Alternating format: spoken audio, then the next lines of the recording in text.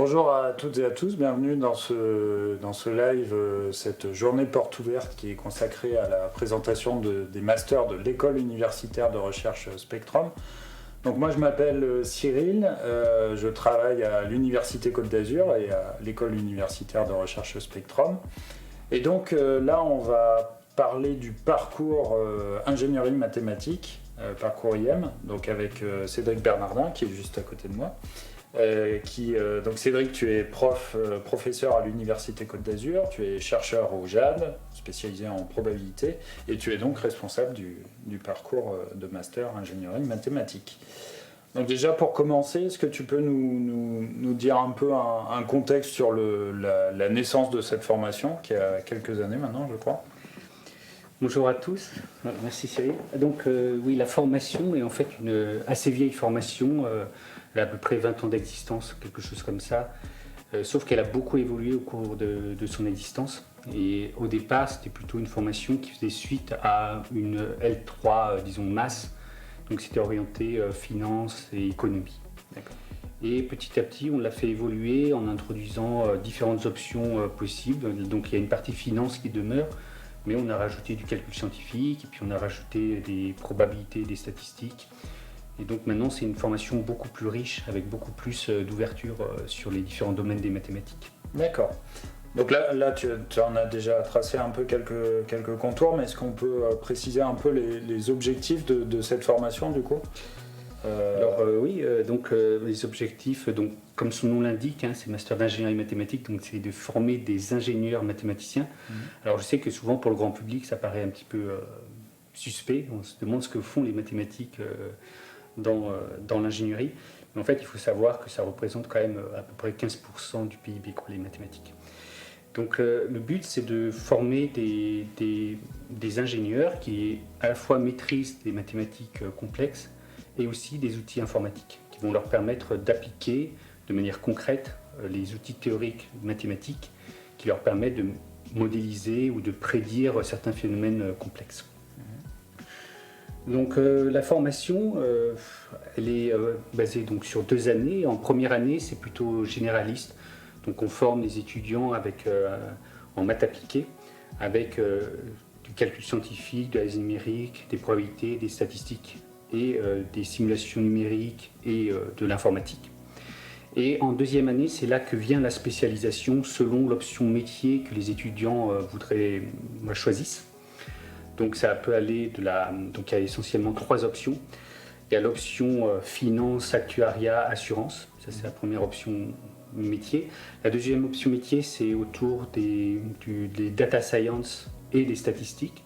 Et puis la troisième option, c'est plutôt autour du calcul scientifique et de l'analyse numérique. Donc la spécialisation arrive vraiment en deuxième année. En première année, c'est plutôt généraliste. Ok, d'accord.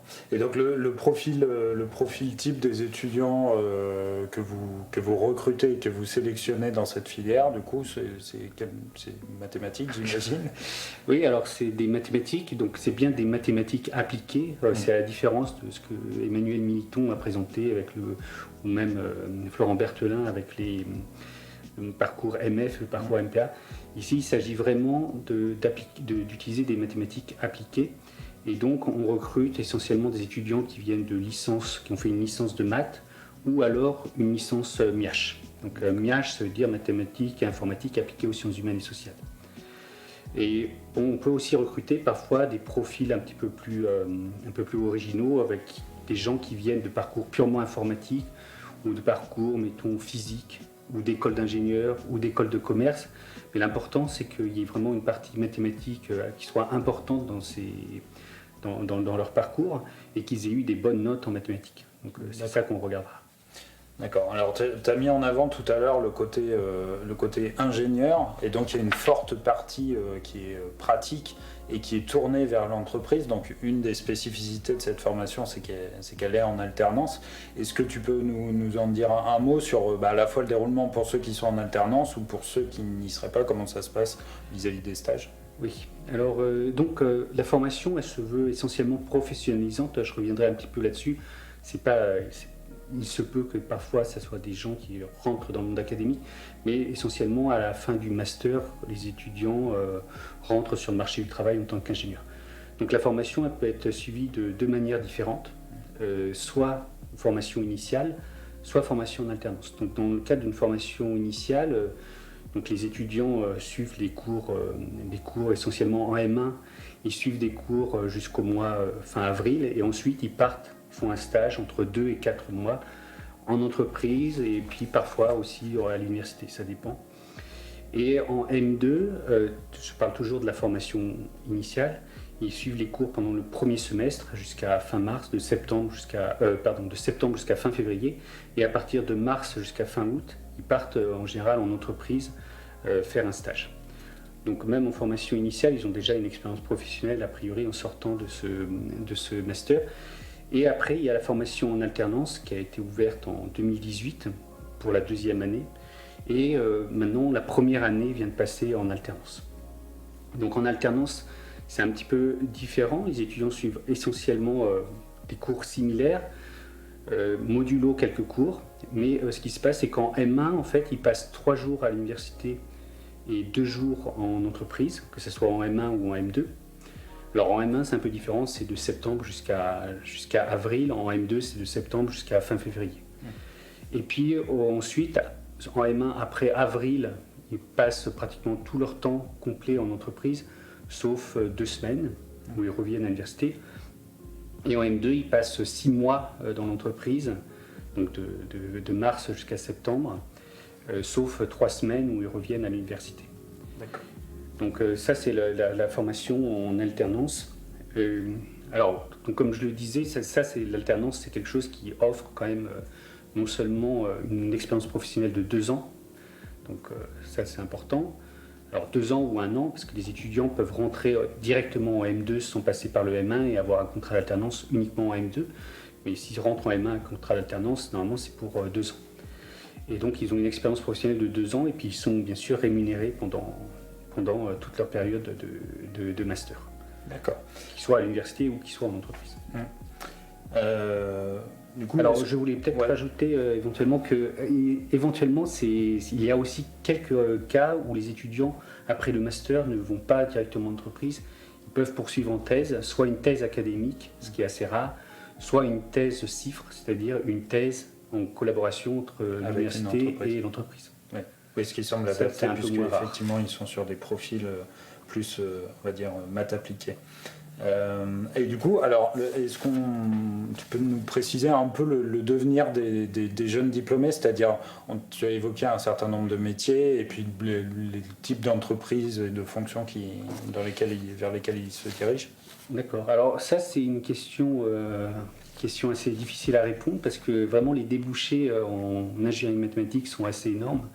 Et en plus, comme notre formation offre vraiment, comme je l'ai dit avant, 3 options, une option autour de la science, finance, une option autour des data science et des statistiques et une option autour du calcul scientifique. Il y a vraiment beaucoup de débouchés métiers, donc ça peut être biostatisticien, ça peut être data scientist, analyste financier, ça peut être des métiers autour de l'actuariat, ça peut être des métiers autour du calcul scientifique, tout ce qui est autour de l'aérodynamique par exemple. Et puis donc, tous les métiers autour du traitement des données en ce moment qui se démultiplient. Effectivement. Oui. Okay. Donc il y a tous ces métiers qui sont possibles. Donc ça dépend un petit peu des options qu'on choisit en M2. Et après, les entreprises qui embauchent, soit c'est des grands groupes comme Amadeus, Atos, Thales, Dassault Systèmes, des banques, HSBC, Caisse d'épargne, etc., Société Générale. Ou ça peut être aussi, il y a des étudiants qui intègrent directement des startups. Donc il y a vraiment de tout. C'est pas fléché avec une direction professionnelle vraiment restreinte. C'est très ouvert.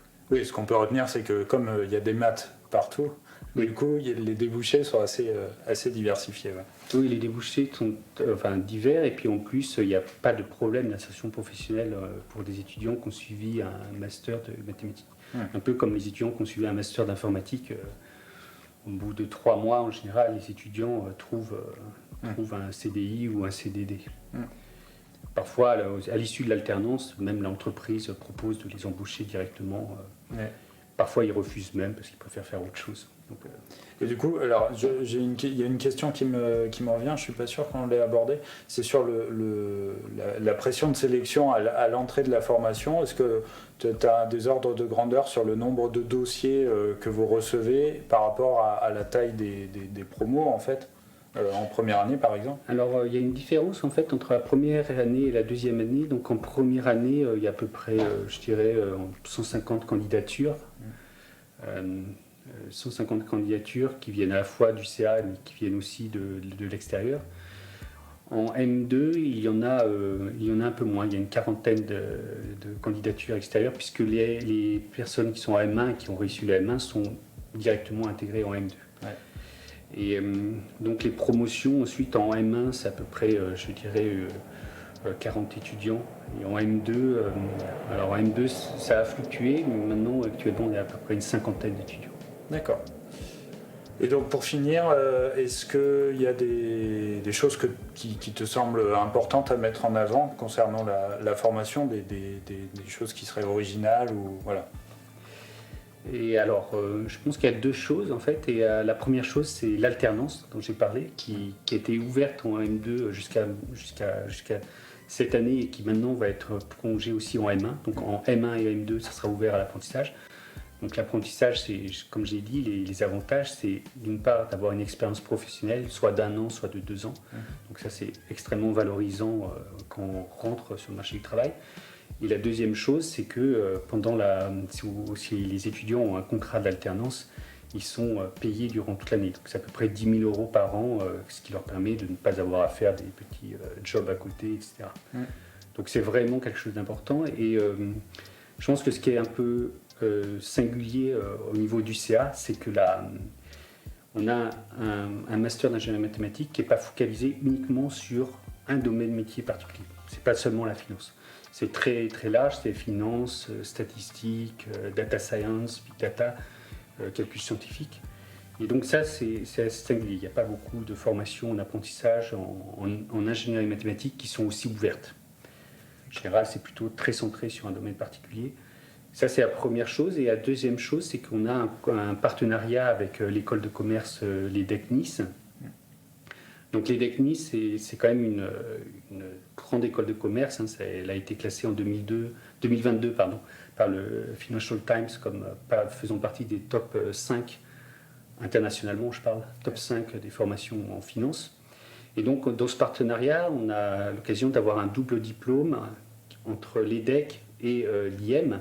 Alors, il ne fonctionne pas de la même façon selon qu'on est un étudiant du CA ou un étudiant de l'EDEC. Mais en l'occurrence, pour les étudiants ICA, ça offre la possibilité, soit directement à l'entrée de M1, soit à la sortie du M2, de pouvoir intégrer l'EDEC. Alors, quand c'est intégré en M1, il participe à ce double diplôme qui a été mis en place. Quand c'est à la sortie du M2, ils intègrent l'EDEC comme un étudiant de l'EDEC lambda. Mais dans les deux cas, ils ont des réductions de frais de scolarité. Ouais. Les frais de scolarité sont quand même assez importants dans cette école de commerce. Et là, ils ont des réductions qui vont de 40% à 95% à peu près. D'accord. Ok. Dans le cadre de cette convention de double diplôme. Ok. Merci Cédric. Est-ce qu'on a des questions? Alors, on a eu une question sur le chat Virtim, D'accord. Le deuxième chat. Et du coup, vous avez en partie répondu parce que c'était à propos de l'EDEC justement. Et il y avait une personne qui voulait connaître les conditions, notamment sur les réductions, donc vous en avez parlé. Mais surtout, lorsqu'on est étudiant en M1, donc dans votre master, est-ce que c'est compliqué de bifurquer sur le parcours EDEC? Est-ce qu'il y a une grosse sélection ou comment ça se passe? Alors, c'est pas à partir du M1 qu'on peut bifurquer sur l'EDEC. C'est à la sortie du M2 qu'on peut bifurquer vers l'EDEC. D'accord. Ça, c'est la première chose. La deuxième chose, c'est que on peut bifurquer vers l'EDEC à la fin de la L3. De la L3, quand on a fait sa L3 à UCA, L3 maths ou L3 MIH. Et là, on peut bifurquer et être inscrit dans le double diplôme EDEC-UCA. C'est-à-dire que les étudiants UCA qui seraient sélectionnés suivraient à la fois certains cours à UCA et certains cours à l'EDEC. Mais ils seraient considérés comme des étudiants de l'EDEC à part entière. En fait, ce double diplôme est même sélectif parmi les étudiants de l'EDEC. Il y a à peu près 60 candidatures, je pense, à l'EDEC. Il n'y en a que 15 qui sont sélectionnés pour participer à ce double diplôme. Donc après, il y a une sélection quand même pour pouvoir bénéficier de tout ça. Il faut avoir à peu près 15 de moyenne, je dirais. 15 de moyenne générale et avoir un projet professionnel bien établi. Ok, merci. Je pense qu'on est bon. Bon, à bientôt, alors à la prochaine présentation.